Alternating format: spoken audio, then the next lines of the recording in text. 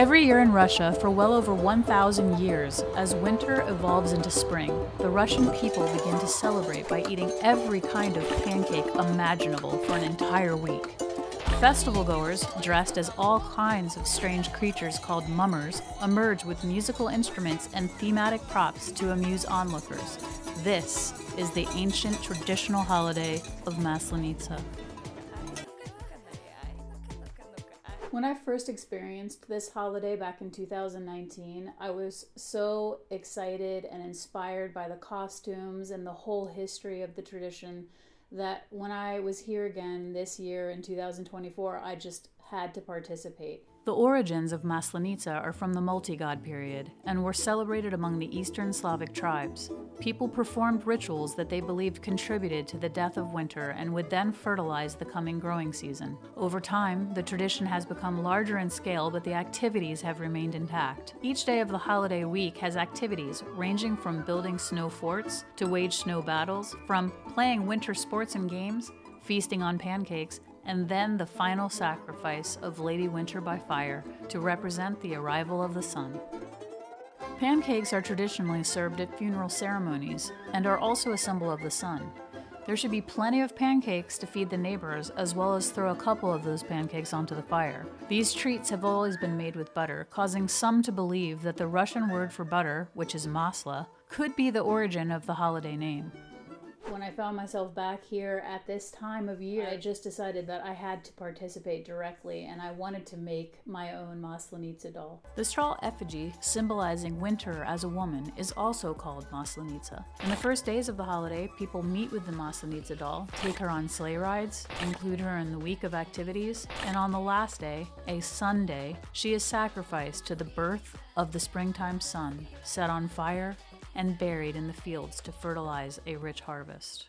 When I started this out, I intended for it to be something simple. I had it in my mind, oh, it's going to be so easy, papier-mâché, it's just a kid's material. I'll have this done in no time, it'll be so nice, and I'll be able to burn it. But then, of course, as I began to build her, I realized I love Maslenitsa so much that it just started coming out, and I started really enjoying doing papier-mâché. But then I checked out some other tutorials online, and they're showing you the rough basics of how to do papier-mâché. And I am usually a painter, but I do have training in sculpture at SCAD University, Savannah College of Art and Design in Georgia. And so I do have some sculptural techniques that I'm using here, and I just really started enjoying doing this. So she's gotten a lot more detailed. And what I've learned about papier-mâché, as this is the first time I've done papier-mâché in many, many years, decades, and is that once you start building up the layers of the newspaper and let it dry and then go back in and do more layers of the paper with the wheat paste, and because you have to build up the structure with tape and rope and whatever you can find, wire, in order to build a strong structure that keeps the form still. Because paper is soft, so it needs something strong to hold itself to as you're building your materials up. So as I layer the paper and let it dry, go back, add more paper, it ends up becoming very moldable. It becomes something that I can start to sculpt with my hands, more like clay. And then in between, once it gets to that point where you can start pushing it and start forming it with your hands, and you can even start bringing in things like this to keep it clamped while she's drying and things, so that the form stays more like you want it each time. Then you start to sand the layers, and it sands a lot more like wood as you have more of these layers built up. And then you can take a sanding in there and really get into those details and make it smooth, so that when you keep putting the next layer on, it's smooth.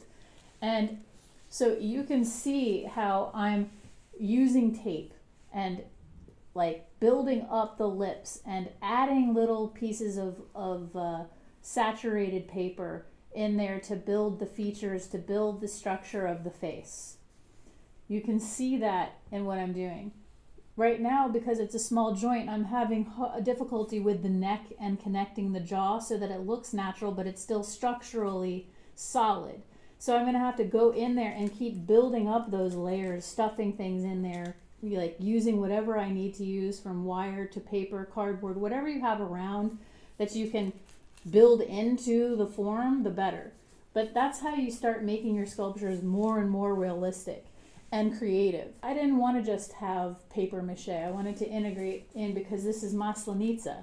She is like the burning of a season. She is like, she represents winter. She's like the queen of winter, and she's meeting the sun of spring. She's giving herself to make the soil for the coming growing season more fertile. And it's just amazing that she's giving her own life to fertilize the soil. I love that aspect of this tradition. So I wanted to like bring in those natural elements of branches and bring in like things from the actual Russian culture, like these brooms to make her dress, and weave through things later on with the paper sculptures. But you have to make these things secure so that it doesn't fall apart. I feel that she's like becoming a piece of art. She's becoming her own person, if you will. And she has her own personality now, so I'm dedicated to her outfit. So now I need to make it strong. So now I've woven in the branches with tape, wire, rope. See, I'm using this twine and things to keep her secure as I do the papier-mâché over the sticks, weaving the sticks through the papier-mâché, bringing it down, tying the papier-mâché around the sticks. So each time I'm like weaving this papier-mâché wet into the form, it's keeping, when it dries, it's like this hard structure that's holding all of this architecture in place. And then I go back and I add more sticks to build her hips and to build the form of her dress. And I add more paper and then more sticks and then more paper until it's finally finished. But I can then weave the branches through themselves in order to increase structural strength and make it so I'm not seeing the tape and seeing the wire and seeing all of those architectural elements of the skeleton when I'm finished, when I have the finished product. And then once I'm done like building her outfit and I want to take this birch skin here and build in her corset, which you just, like any fashion designer, find the pattern for a corset and just cut those pieces out and put them into her bodice. But that's I'm going and using maybe a very cheap material, but a material that's commonly used by children, and I'm making it something more elevated, because then I can go in with like polyacrylic mediums and glue and like even varnishes and just paint her in. You can even pour epoxy on her if you really want like a guitar high gloss surface at the end. You can think forward like that, but it's just, I can do that to smooth out this material. So it's actually a really versatile sculptural material, and it's something really cheap that anybody can do art with. So I'm just using scrap materials from around the house, but I think I'm going to come out with a final product that's really beautiful. And she kind of reminds me of my paintings, because my paintings are also like collage. And I wrote this poem when I was in art school, and it was called The Decoupage of a Woman. So she's kind of the decoupage of a woman. All of these things happening in the world are building who she is, and it's in the very body of her. It's really cool to think about these things as you're doing the artwork also, because you're putting part of yourself into it. So it's a very interesting process, and I'm really enjoying it. The Smirnov family were also going to be doing a Maslenitsa doll, so I decided I'm going to get on the action and make one out of papier-mâché. Well, initially my design was much simpler than it ended up turning out to be, and she's gone through many different incarnations as I've worked on her, trying to make it work, trying to make her sturdy.